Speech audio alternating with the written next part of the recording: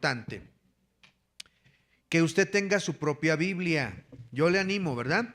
Vamos a tratar de conseguir Biblias como estas con un descuento que nos hagan del pastor y poder traer aquí a la iglesia para poderles vender al precio que les dan a los pastores. Los pastores tienen un descuento del 20% y a veces sale un poquito más económico comprar estas Biblias. Es importante que usted conozca su propia Biblia. Nosotros tenemos Biblias que prestamos aquí, pero pues las tenemos que dejar aquí, no nos las podemos llevar. Es importante que usted tenga su propia Biblia para que la conozca, la use. ¿Ya está en el índice? Vamos a volver a repasar. La Biblia, un gran repaso, ¿sí? Présteme su atención. La Biblia, hermanos, ¿qué quiere decir la palabra Biblia? ¿Alguien que me diga? Biblia. ¿Nadie? Bueno, esto lo enseñamos en las primeras clases, pero algunos no estuvieron. La palabra Biblia viene de una palabra griega que es la palabra biblos, de donde encontramos la palabra biblioteca, bibliografía. En realidad la palabra Biblia significa libros, biblos, libros. La Biblia, cuando le agregamos Santa Biblia, pudiéramos entonces decir que tenemos una santa biblioteca. Y nuestra biblioteca contiene ¿cuántos libros en total? ¿Alguien recuerda? 66 libros, exactamente, Yoma. 66 libros. Nuestra biblioteca abarca un periodo, escúchenme bien, de 1500 años. O sea que desde que se empezó a escribir hasta que concluyó su escritura, tiene un periodo de 1500 años. ¿Cuántos autores aproximadamente recuerdan? Más de 40 autores. Y estos autores son de diferentes clases sociales, muchos de ellos. Tenemos diferentes oficios. Tenemos, por ejemplo, reyes, sacerdotes, campesinos, pescadores. Tenemos, ayúdenme, ¿qué más? Profeta, obviamente profetas, ¿verdad? Tenemos cobradores de impuestos. Tenemos, ¿qué más? ¿Qué más? ¿Cómo? Bueno, tenemos de diferentes oficios y clases sociales escribiendo la Biblia. La Biblia entonces tiene más de 40 autores diferentes, muchos de ellos no se conocieron entre sí. No se conocieron entre sí. Sin embargo, la Biblia contiene un perfecto armonía. No hay contradicciones en la Biblia, no encontramos esas contradicciones. Hay una unidad perfecta a través de la Escritura. Ya tenemos entonces la Biblia, nuestra biblioteca, 66 libros completitos. Se divide en dos grandes bloques. ¿Cuáles son? El Antiguo Testamento y el Nuevo Testamento. Los 66 están divididos en dos, pero no exactamente a la mitad, es decir, no hay 33 y 33. No. ¿Cuántos tiene el Antiguo Testamento? 39. Y por obvias razones, el resto, que son 27, son del Nuevo Testamento. 39 del Antiguo y 27 del Nuevo Testamento. Comenzamos a estudiar desde el primero, ¿verdad? Desde Génesis. Ahora, volvamos en nuestra mente a concentrarnos solo al Antiguo Testamento, a los 39 libros del Antiguo Testamento.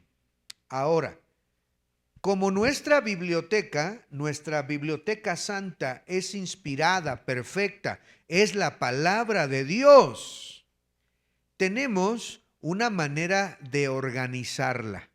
¿Cómo están organizados los libros en nuestras Biblias? Alguien ha dicho, pues a lo mejor, desde que se empezó a escribir hasta que se acabó, no está en orden. La manera en la que la Biblia están acomodados los libros es por temas. ¿Por qué? por temas. Entonces, la Biblia, agarre su Biblia ahora sí en el índice y vamos a encontrar diferentes temas. Yo sé que ya lo vimos la semana pasada, pero lo estamos repasando. El primer bloque o el primer estante o el primer tema abarca 5 libros. ¿Cómo se llaman los primeros 5 libros? El Pentateuco. También se le llama la ley. Son los primeros 5. ¿Quién los escribió? Moisés escribió esos libros. Pongan atención, muy bien. Después tenemos 12. Se acaba el primer estante y siguen los siguientes 12. ¿De qué se tratan los siguientes 12? De historia. Se les llaman los libros históricos. ¿Y de qué tratan los libros históricos? Pues de historia, ¿verdad? De la historia del pueblo de Israel. Antes del cautiverio, algunos durante el cautiverio y otros después, inclusive del cautiverio. Hay unas partes que están... ¿Qué es eso de cautiverio? Esto es sumamente importante lo que voy a decir a continuación. Para que pueda entender el Antiguo Testamento, necesita forzosamente saber este dato. El pueblo de Israel se dividió en 2. Y el reino se llamó el reino del norte y el reino del sur.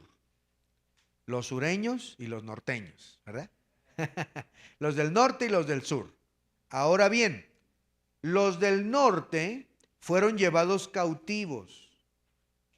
Los del sur también. Pero los del norte fueron llevados antes por los sirios.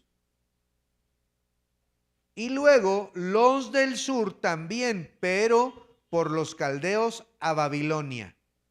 Fueron llevados cautivos. ¿Ok? ¿Por qué es importante esto?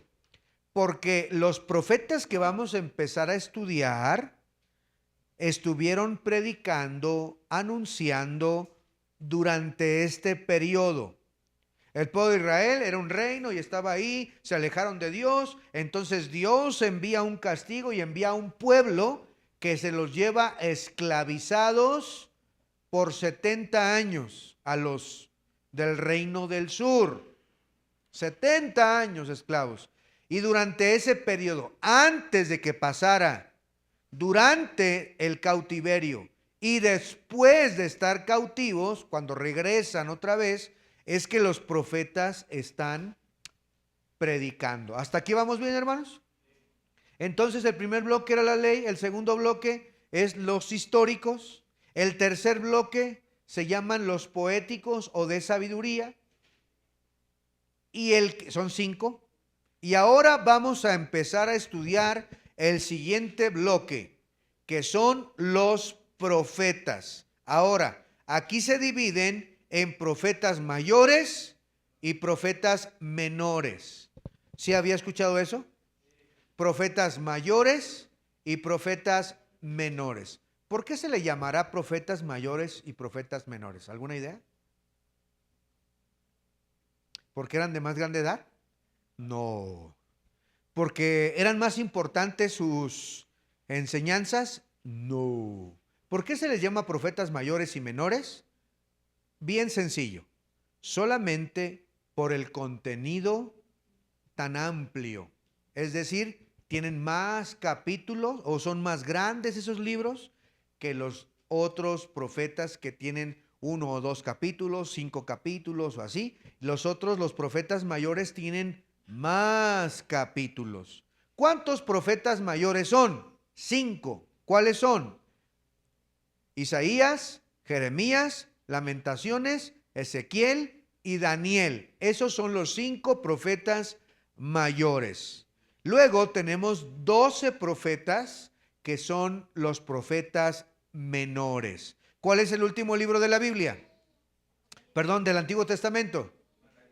Malaquías. Es el último profeta que predicó en el Antiguo Testamento, de los 12 profetas. Entonces, lo menciono todo esto porque vamos a entrar a una nueva sección de la Biblia esta semana. Los profetas mayores. profetas mayores. Y el primer profeta mayor que nos toca estudiar el día de hoy se llama Isaías. Y ahí vamos a concentrarnos en esta hora. Vamos a orar, que Dios nos guíe en el aprendizaje del libro de Isaías. Oremos. Gracias, Señor, porque podemos estudiar tu palabra. Tenemos mucho que aprender. Te rogamos que abras nuestro entendimiento, Señor, nuestras capacidades de reflexión, nuestras capacidades de comprensión, y que podamos, mi Dios, extraer verdades maravillosas en nuestra vida. Bendice este estudio bíblico en el nombre de Jesús. Amén. Isaías es entonces el primer libro de los profetas mayores. El libro de Isaías es uno de los monumentos literarios, teológicos más grandes de toda la Biblia. No es simplemente un libro profético más, no, hermanos. Es una revelación completa de Dios. En este libro de Isaías encontramos la santidad de Dios, el juicio de Dios. Encontramos su gran misericordia. Encontramos el plan para Israel, su propósito para las naciones y sobre todo la profecía del Mesías que habría de venir. ¿Quién es el Mesías? Jesús es el Mesías. Jesús es el Mesías. Isaías es llamado por muchos teólogos el quinto evangelio. El quinto evangelio. O el evangelio del Antiguo Testamento. ¿Cuántos evangelios tenemos en el Nuevo Testamento? ¿Cuántos son? ¿Cuántos evangelios son, hermana Jenny? Cuéntemelos ahí. ¿Cuántos evangelios son? Mateo, Marcos, Lucas y Juan. ¿Cuántos? 4 evangelios. Pero algunos le llaman que Isaías es el quinto evangelio. ¿Por qué razón? Bueno, porque en este libro encontramos el nacimiento de Jesús, su ministerio, encontramos su sacrificio y encontramos profetizada su resurrección.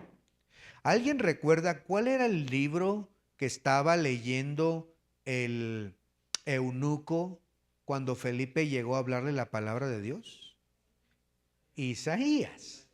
Isaías estaba leyendo cuando llegó y le explicó el mensaje de salvación.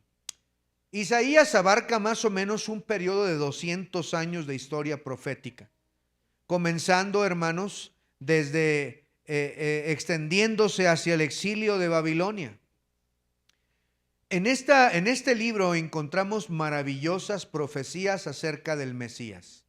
Vamos a ver muy rápidamente algunas. Mire Isaías 7:14. Ponlo ahí en la pantalla, Isaías 7:14. Mire cómo Isaías nos habla acerca del Mesías, de Jesús. Isaías 7:14. Dice ahí la Biblia: por tanto, el Señor mismo os dará señal. He aquí que la Virgen concebirá y dará a luz un hijo, y llamarás su nombre.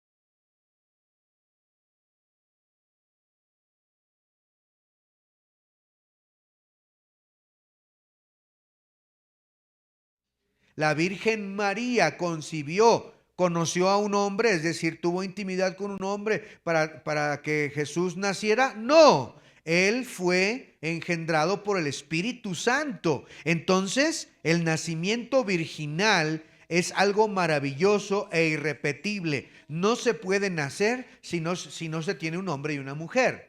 Pero en el caso de Jesús, no fue así, sino que él nació sin que un hombre interviniera. Simplemente el Espíritu Santo se posó sobre María, engendró sobre ella, creció el bebé normal y sin haber tenido intimidad María, el niño Jesús nació. Nació el Señor. Y qué hermosa es la Navidad, ¿verdad? Recordar que un día el Señor vino a nuestro planeta para darnos salvación. Jesús fue un día un bebé tierno como el bebé que tenemos aquí, ¿verdad? Un bebé con todas las debilidades que tiene un bebé. María cuidó de él, José cuidó de él. hasta que José murió. La tradición o la historia se cree que José murió cuando Jesús ya era un joven mayor, y él ahora se hizo cargo de su madre, ¿verdad? Y él creció. Fue profetizado. Mire lo que más. En el 9:6, mire, Isaías 9:6. Porque un niño nos es dado, nos es nacido, perdón. Hijo nos es dado, y el principado sobre su hombro, y se llamará su nombre admirable, consejero, Dios fuerte, Padre eterno, príncipe de paz. Isaías está profetizando que ese niño que iba a nacer más de 500 años después de que lo estaba diciendo, sería Dios hecho carne. Emanuel significa Dios con nosotros. Mire qué más, Isaías 53. Vamos a Isaías 53. Isaías 53. Dice el versículo 1: ¿Quién ha creído a nuestro anuncio? ¿Y sobre quién se ha manifestado el brazo de Jehová? Subirá cual renuevo delante de él, y como raíz de tierra seca. No hay parecer en él ni hermosura. Le veremos más inatractivo para que le deseemos. Despreciado y desechado entre los hombres, varón de dolores, experimentado en quebranto. Como que escondimos de él el rostro, fue menospreciado y no lo estimamos. Ciertamente llevó él nuestras enfermedades, sufrió nuestros dolores, y nosotros le tuvimos por azotado, por herido de Dios y abatido. Mas él herido fue por nuestras rebeliones, molido por nuestros pecados. El castigo de nuestra paz fue sobre él, y por su llaga fuimos nosotros curados. ¿De quién está hablando aquí? ¿De quién? De Jesús. Si ve como Isaías, más de 500 años atrás, él está profetizando que el Mesías, en un futuro, él se entregaría por nosotros. Qué maravillosa descripción. No solamente eso, sino que encontramos un reino de paz profetizado. También en Isaías encontramos el fin del mundo. Todo esto que está aquí se va a deshacer, hermanos. Escúcheme, todo lo que está en este planeta se va a deshacer. Dios lo va a hacer cielos nuevos y tierra nueva. Más vale que no se acostumbre a este cochino mundo, porque no es nuestro hogar final. Dios va a hacer, la Biblia dice, a destruir esto para hacer algo nuevo. Y está profetizado en Isaías. En Isaías encontramos varios temas. Uno de los temas es la santidad de Dios. No hay otro libro en la Biblia que mencione más la santidad de Dios que el libro de Isaías. Y eso nos debería llevar a nosotros a pensar: oh, Dios es santo, yo debería ser santo también. Porque la Biblia dice eso, que si Dios nos llamó, nosotros también deberíamos ser santos. En Isaías encontramos también el pecado de Israel y todas las naciones. Encontramos el juicio que ha de venir a las naciones pecadoras. También encontramos el tema de gracia y perdón divino. Encontramos al Mesías como el Rey. Encontramos también la restauración futura de Israel y también la consumación del plan de Dios. El libro de Isaías, hermanos, es tan importante. El libro de Isaías también se le conoce como la pequeña Biblia. ¿Cuántos libros dijimos que tenía la Biblia? ¿Cuántos? 66, no lo tenga miedo. ¿Cuántos? ¿Y cuántos capítulos tendrá Isaías? 66 también. Y maravilloso también que los primeros 39 capítulos, hablan sobre juicio, como el Antiguo Testamento. Y los últimos 27 libros de Isaías hablan acerca de esperanza, de redención, como en el Nuevo Testamento. El último libro de la Biblia, ¿cuál es? Apocalipsis. ¿Y en qué termina Apocalipsis? ¿Alguien recuerda? O sea, ¿qué termina al final? ¿Qué pasa al final de Apocalipsis? ¿Alguien recuerda? Cielos nuevos y tierra nueva. ¿Y qué crees que pasa en Isaías 66? Cielos nuevos, la promesa de cielos nuevos y tierra nueva. Por eso es que se le llama también a Isaías la pequeña Biblia. Isaías es el libro, aparte de Salmos, más citado en todo el Nuevo Testamento. Casi todos los libros tienen un versículo o tienen una referencia de Isaías. Isaías es un libro muy citado, cuando vemos a los profetas, a los apóstoles predicando, Isaías. Cuando Jesús empieza a hablar, Isaías. Isaías es tan citado en el Nuevo Testamento que es uno de los dos más citados, aparte de Salmos, en toda la Biblia. Isaías es demasiado importante. Vamos a llenar nuestras hojitas. Anótele por favor ahí. Isaías. Número uno. Dice ahí, Isaías es llamado el Evangelio del Antiguo Testamento. El Evangelio del Antiguo Testamento. ¿Por qué dijimos? Porque contiene, ¿y qué es el Evangelio? Bueno, pues es la vida, el ministerio, el sacrificio y la resurrección de Cristo. Y esto lo encontramos en el libro de Isaías. Número 2, el libro de Isaías es el libro profético más citado en el Nuevo Testamento. Más citado. Y aquí vamos a ir poniendo las respuestas. Más citado, anótelo. Número 3. Una de las profecías más claras sobre el nacimiento virginal se encuentra en Isaías capítulo 7, versículo 14. Lo acabamos de ver. Isaías 7, 14. Porque un hijo nos es dado y se llamará su nombre admirable, consejero, Dios fuerte, Padre eterno, príncipe de paz. Muy bien. ¿Quién escribió este libro? Vamos a hablar rápidamente acerca del autor, que es Isaías. Isaías es el hijo de Amós.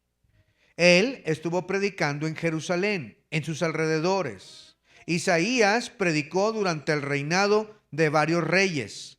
Uno de ellos fue Usías, Jotam, Acaz y Ezequías. Su nombre significa Jehová es salvación. El nombre de Isaías recibe precisamente el mismo nombre porque es quien escribe este libro. Cada profecía estaba advirtiendo, prometiendo, Jehová salva, Jehová salva. Isaías fue llamado en el capítulo número 6.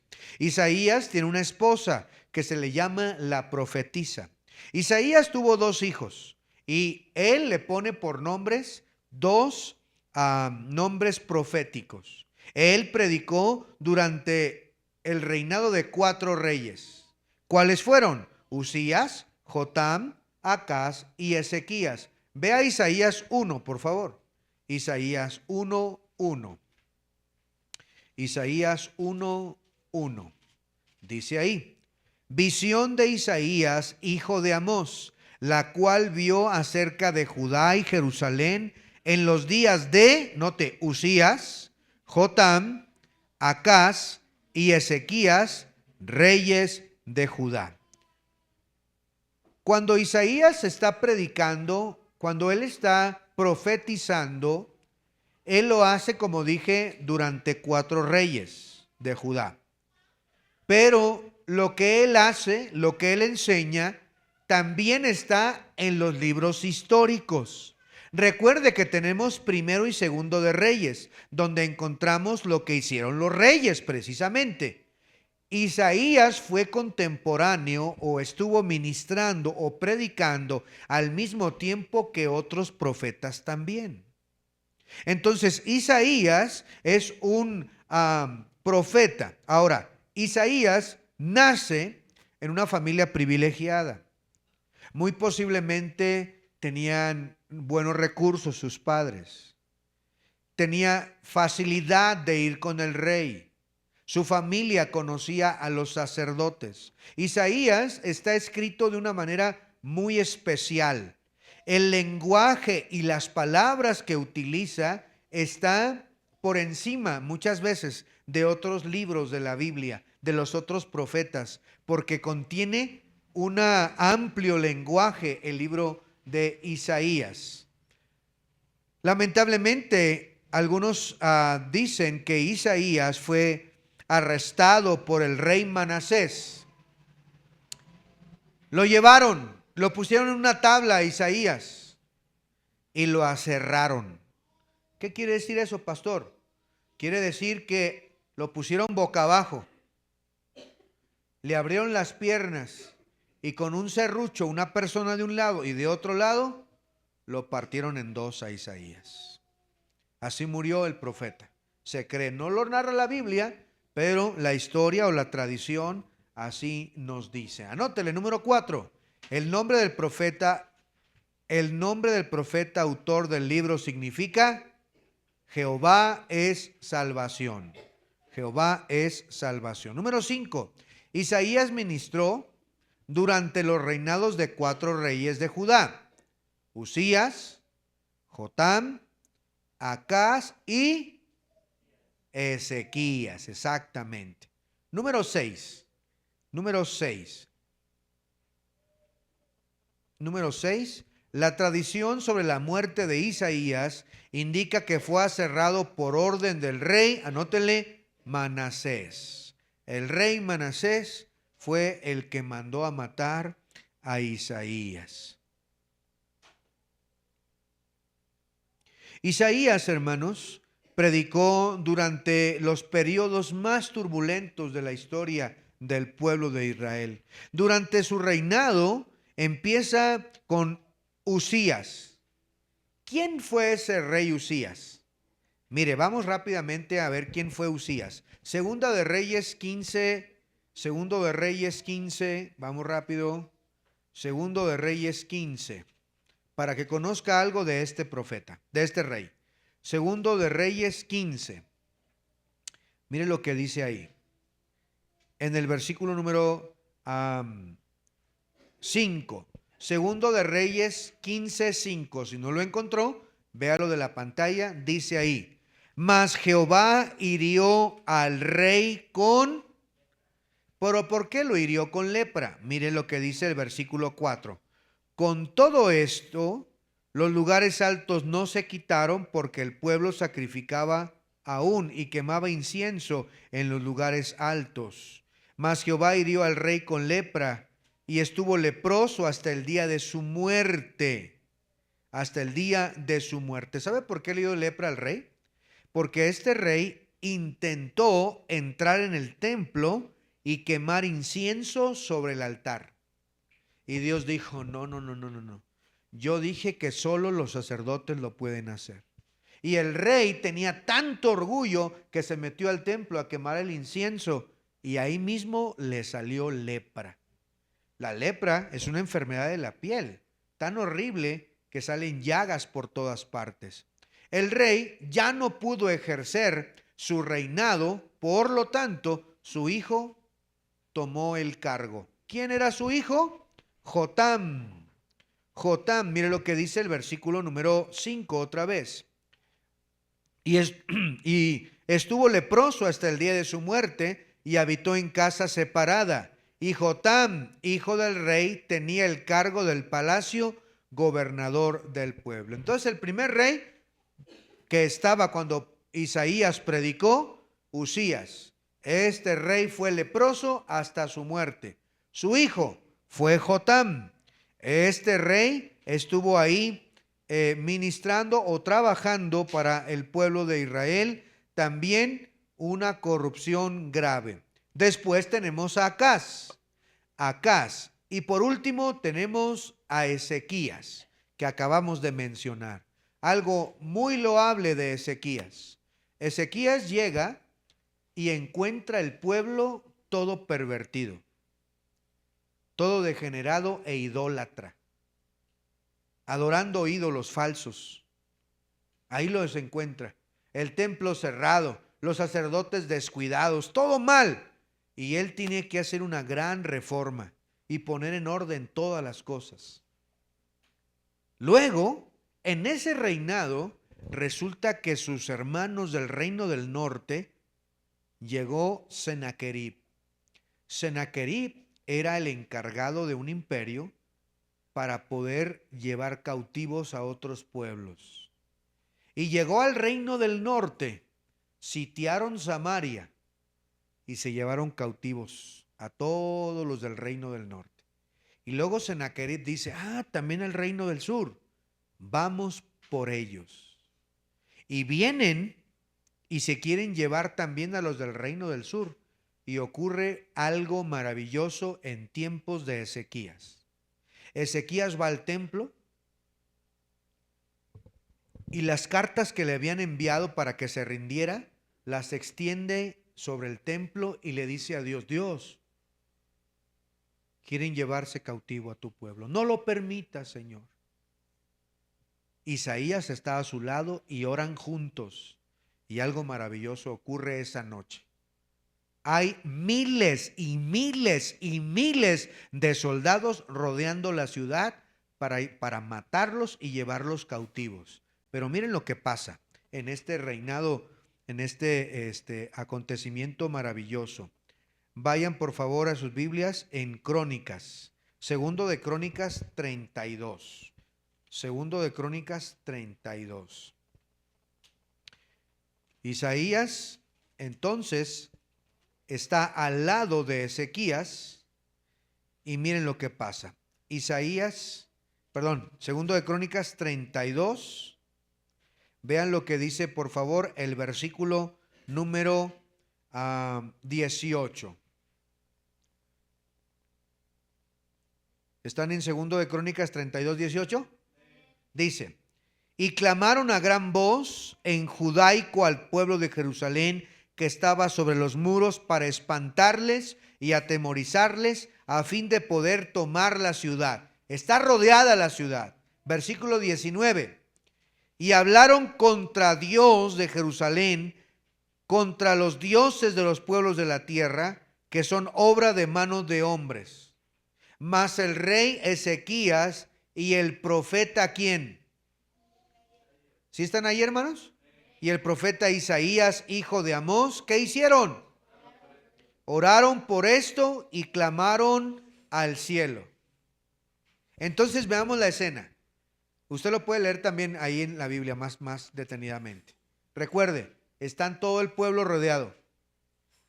No están jugando, son armas, son guerreros. Si ya se llevaron cautivos al reino del norte, ahora vienen por los del sur. Sennacherib no está jugando, ha ido, les ha dado cartas, les ha dado oportunidad para que se rindan. Y ahora el pueblo está temeroso. Todos están temerosos porque saben que no vienen a jugar, que vienen a matarlos, a destruirlos. Y de repente el rey va delante de Dios y ora junto con el profeta. Y miren lo que pasa en el versículo número 21. Y Jehová envió un ángel, el cual destruyó a todo valiente y esforzado, y a los jefes y capitanes en el campamento del rey de Asiria.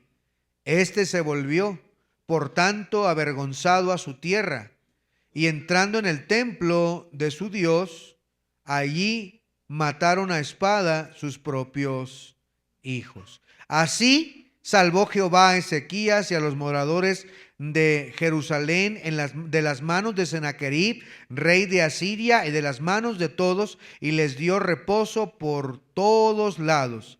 Y muchos trajeron a Jerusalén ofrendas y ricos presentes a Ezequías, rey de Judá, y fue muy engrandecido delante de todas las naciones. Usted puede buscar también en Segundo de Reyes 19 y va a encontrar, hermanos, que 185,000 soldados murieron.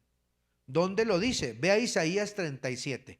Isaías 37. Estamos hablando del mismo evento. Vayan a Isaías 37, 36. Isaías 37, versículo 36.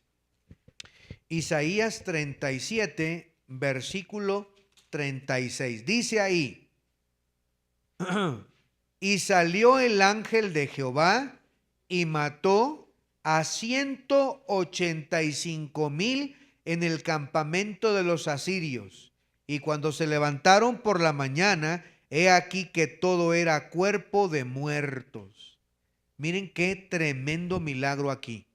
Cuando ora Isaías, cuando ora el rey, porque Dios obre, la ciudad está rodeada. En una sola noche, un ángel descendió de parte de Dios con espada desenvainada y 185,000 soldados murieron por mano de un solo ángel.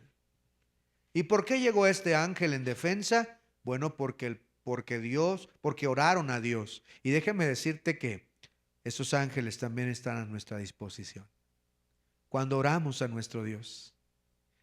Cuando hay dificultades, problemas, cuando nos encontramos con un ejército acampando contra nosotros, que nos van a destruir, no hay salida, y la única salida que tenemos es que Dios obre desde los cielos. Él envía ángeles. ¿Dónde dice la Biblia que Dios envía ángeles? Ve a Hebreos, vamos a Hebreos. Hebreos capítulo 1. Mire lo que dice Hebreos. Dice la Biblia en Hebreos capítulo 1, el versículo número 13. Hebreos 1:13. Pues ¿a cuál de los ángeles dijo Dios jamás: siéntate a mi diestra hasta que ponga a tus enemigos por estrado de tus pies? ¿No son todos espíritus ministradores enviados para servicio a favor de los que serán herederos de la salvación? Mire cómo dice aquí la Biblia, que son enviados en servicio, para servicio en nuestro favor. Los ángeles son reales. Los ángeles no son humanos, ni fueron humanos, ni serán humanos. Son seres creados divinos por el Señor, que Dios envía a nuestro favor, para guardarnos, para ayudarnos. Muchas veces nos han librado de cosas que ni nos hemos dado cuenta. ¿Cuántas veces no hemos dicho: por poquito y esa escalera me cae en la cabeza? Por poquito y esa estructura me cae. Por poquito y me atropellan. Por poquito y me pasa esto o aquello. Déjame decirte que Dios es un Dios que está en control. Es un Dios que envía. A veces pasan cosas que no tienen explicación. No sabemos cómo salió una persona de la nada y nos orientó, nos ayudó, y después no supimos ni de dónde salió.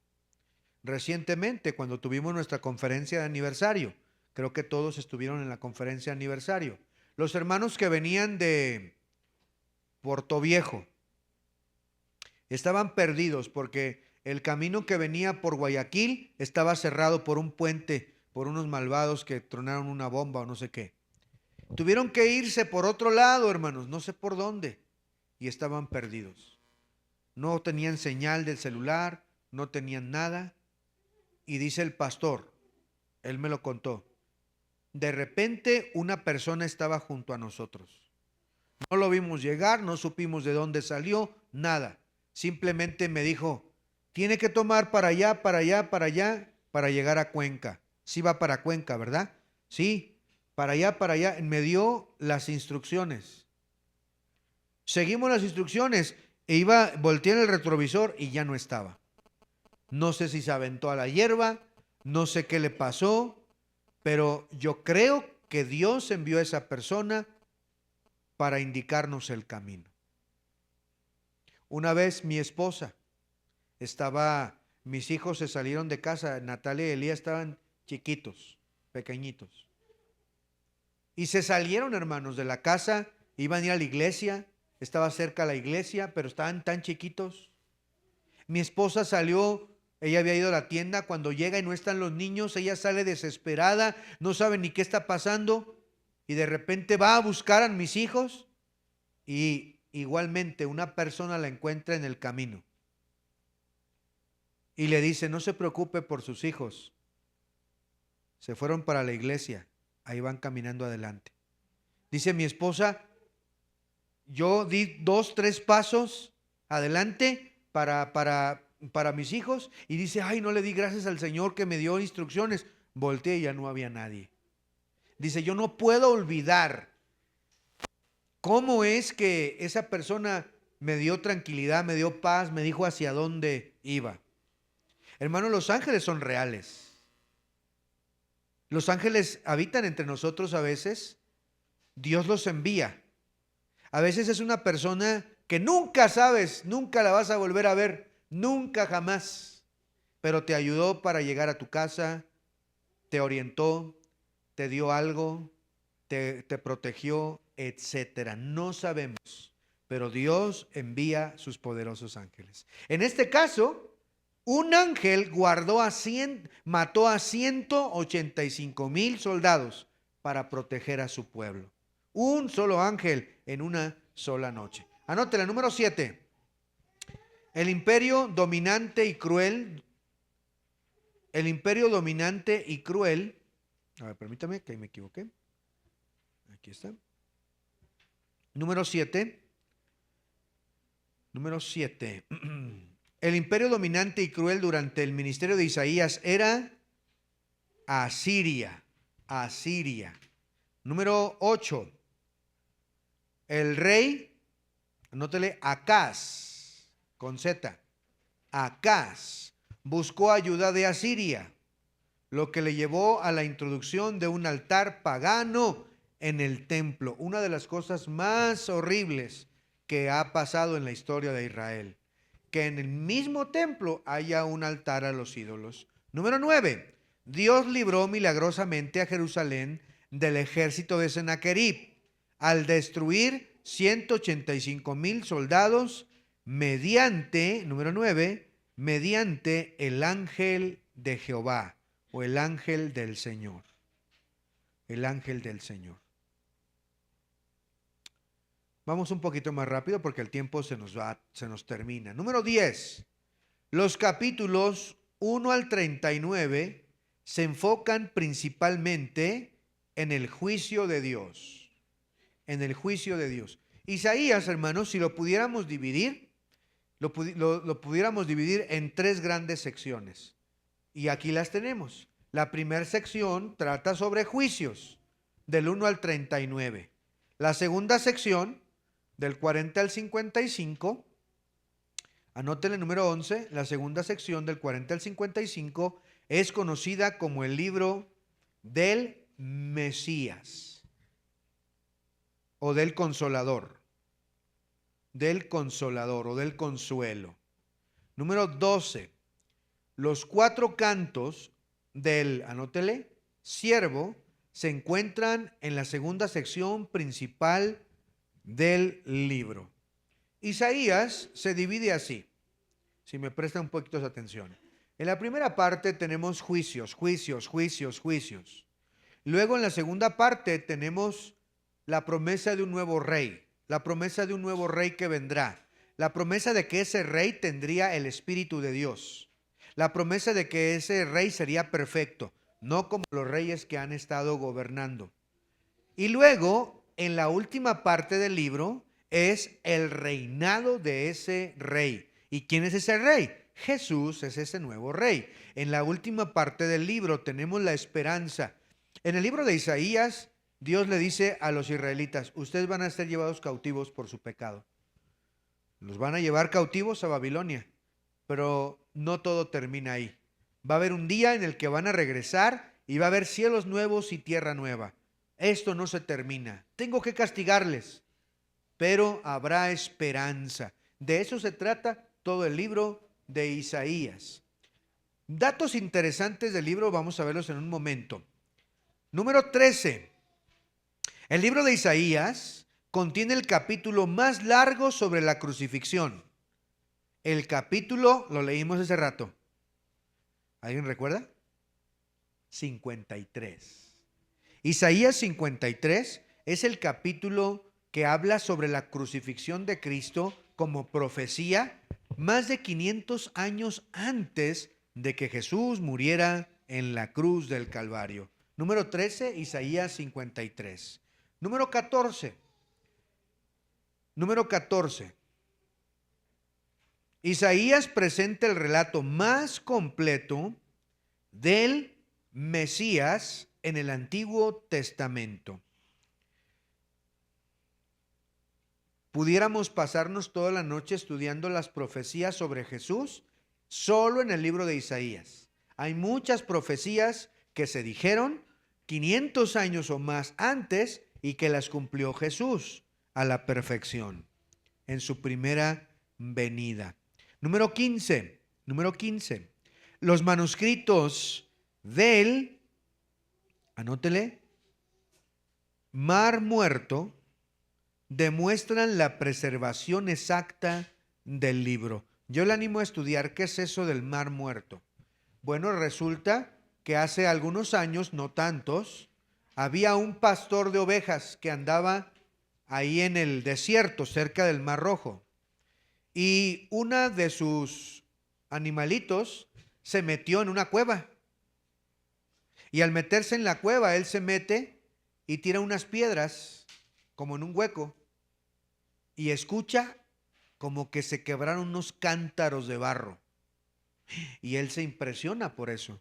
Y da aviso a los demás y encuentran unos jarrones grandes, grandotes, sellados, y adentro contenían los rollos de la Biblia, de miles de años y de cientos de años de antigüedad preservados ahí. Los rollos del Mar Muerto. Y de ahí nosotros, por supuesto, estamos convencidos de que la Biblia que tenemos en nuestras manos es la perfecta y maravillosa palabra de Dios. En este caso, lo que escribió Isaías hace cientos y miles de años atrás es lo que tenemos escrito en nuestras Biblias. Qué maravilloso es contar con la palabra de Dios. Amén, hermanos. Número 16.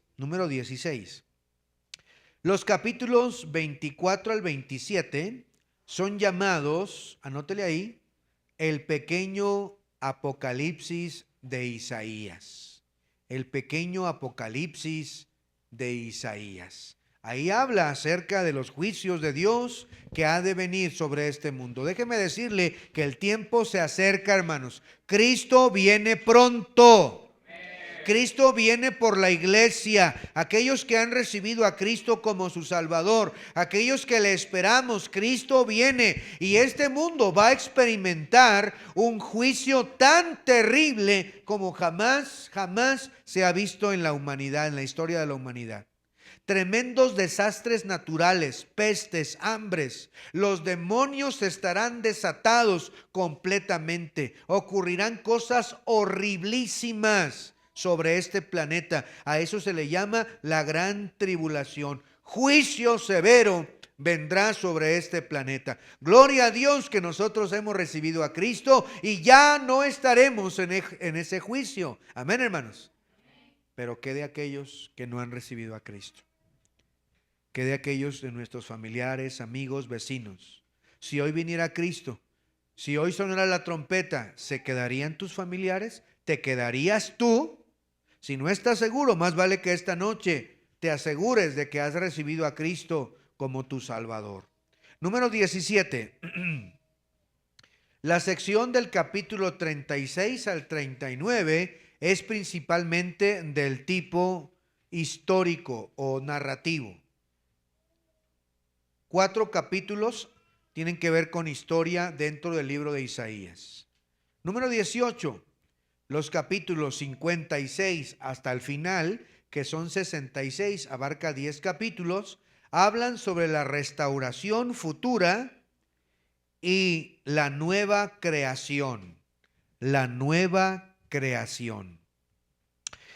Como más adelante, hermanos, vamos a poderlo estudiar con más detenimiento, pero déjeme decirle esto. Está profetizado cielos nuevos y tierra nueva. Vaya a Isaías 66, por favor. Isaías 66. Mire cómo dice, por favor, ahí Isaías 66.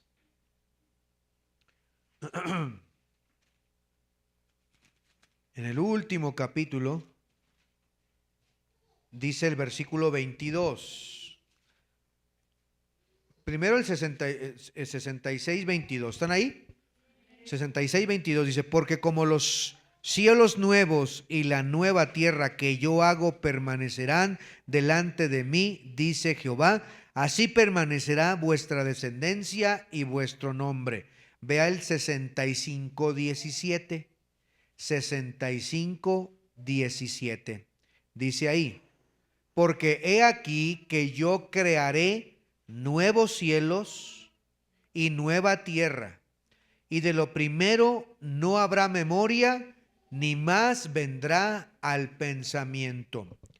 Esto que Isaías está profetizando, lo vuelve a ver el apóstol Juan en Apocalipsis, un cielo nuevo y una tierra nueva.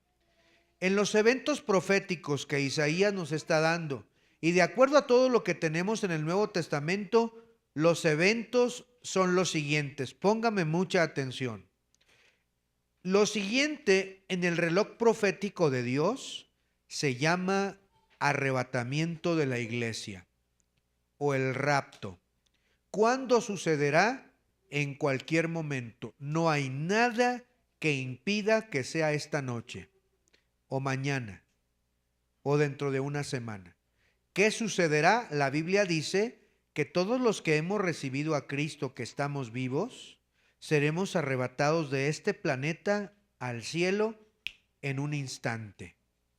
Los que hayan muerto, sus cuerpos resucitarán y serán llevados a la gloria en un instante. Todo esto va a suceder y hay versículos para poderle mostrar todo esto. No tenemos tiempo de hacerlo. De ahí se dividen en dos. En la parte del cielo tenemos dos grandes eventos.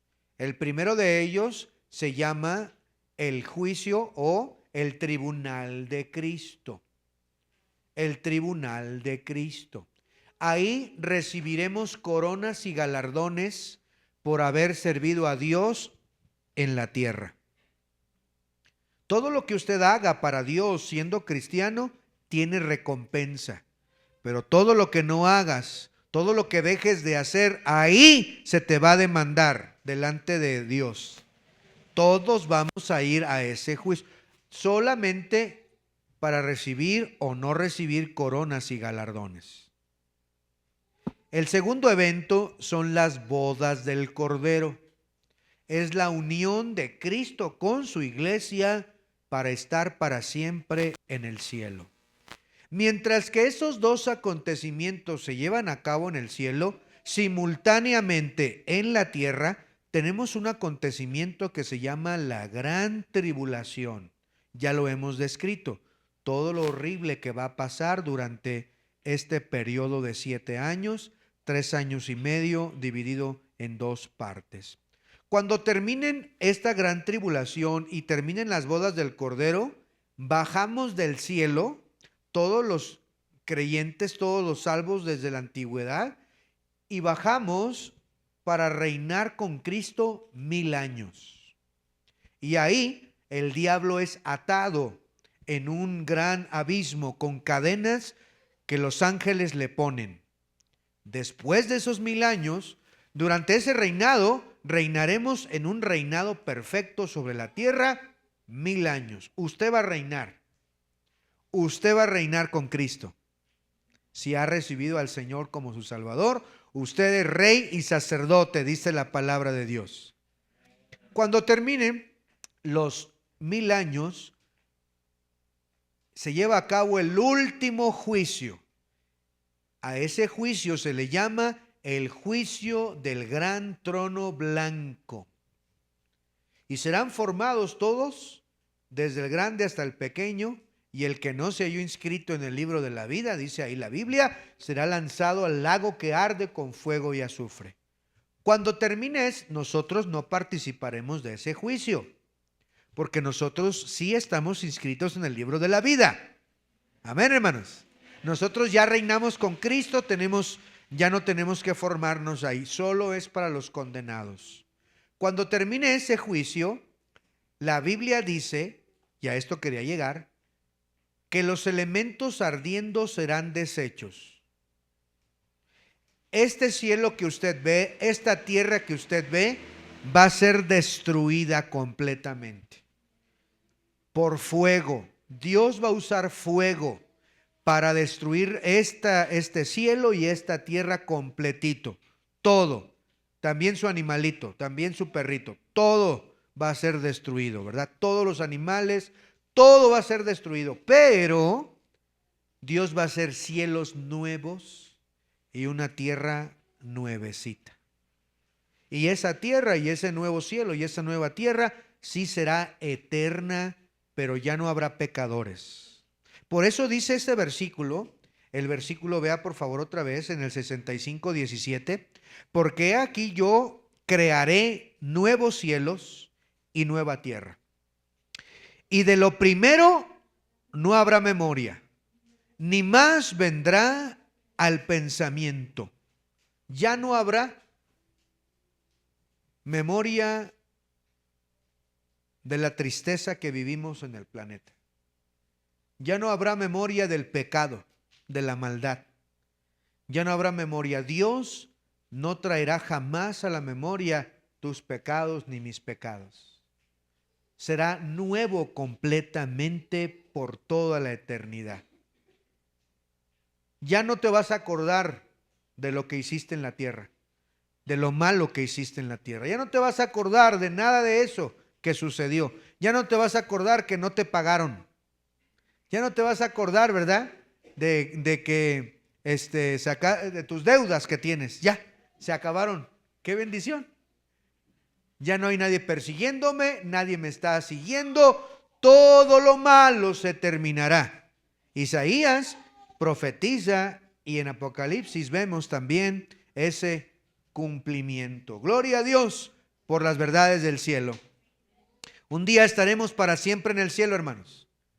19. Según la aplicación, todo ministerio verdadero nace en adoración. Adoración. Usted puede leer Isaías capítulo 6 y ver la santidad de Dios. El trono de Dios. 20.